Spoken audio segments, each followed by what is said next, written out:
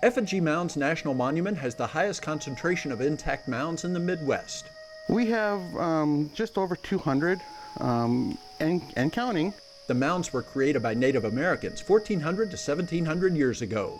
We believe that some of them are burial mounds, in fact, but we believe that also a lot of them are ceremonial mounds.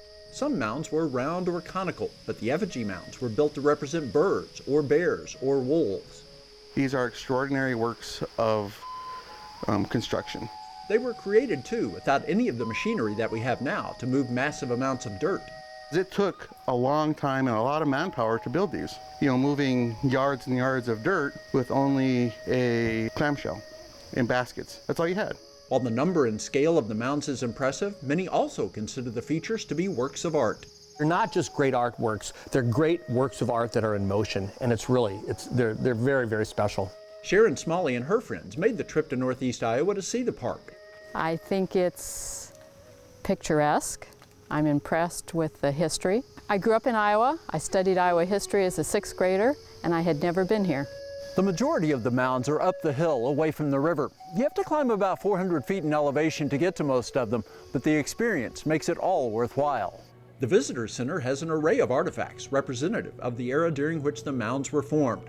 They are not from within the park boundaries, but items provided from other nearby locations. We're not going to disturb the sites. The questions that need to be answered, like why they were built, how they were built, can be answered through the partnership with the descendants of the people who actually built them. The park has identified 20 American Indian tribes that are culturally associated with the site. Those Native Americans inhabited this spot at the confluence of the Yellow River and the Mississippi River for centuries. This area was continually occupied by woodland culture people who lived along the river during the times they were building the mounds. A boardwalk takes visitors into the Yellow River Delta.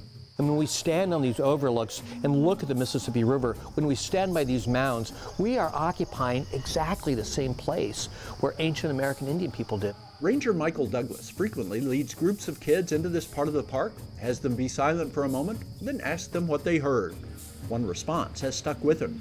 And he said, "I heard the spirits of Indians." And it was really, really cool. I think he got something that we really want people to get when they visit Effigy Mounds, and that is a feeling that this is a place of great antiquity. This is a sacred place for many, full of history, beauty, and for some, a sense of even more than what can be seen and touched. You feel something here, and I can't explain what it is. Is it supernatural? I don't know. Is it spiritual? I don't know. Is it just an awe of the beauty? I don't know. Effigy Mounds is a place that can have an impact on those who visit. Everybody to come, and walk amongst the ancestors.